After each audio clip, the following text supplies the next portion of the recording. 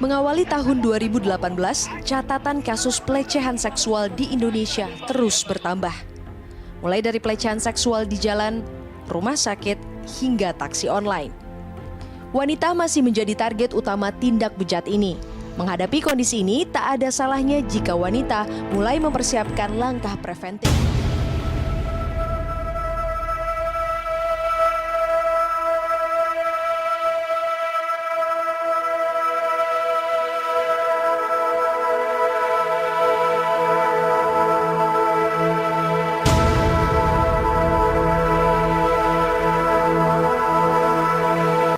Salah satu cara yang dapat dilakukan oleh perempuan untuk menjaga diri agar terhindar dari tindakan pelecehan seksual adalah dengan mempelajari teknik dasar bela diri.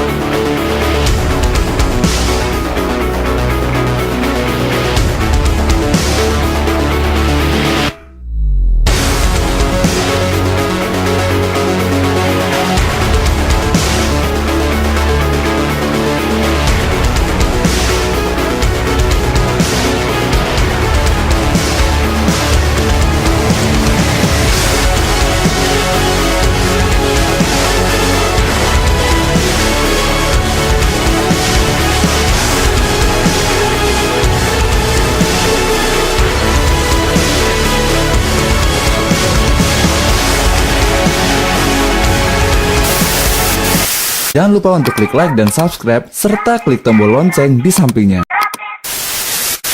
Jangan lupa untuk klik like dan subscribe, serta klik tombol lonceng di sampingnya.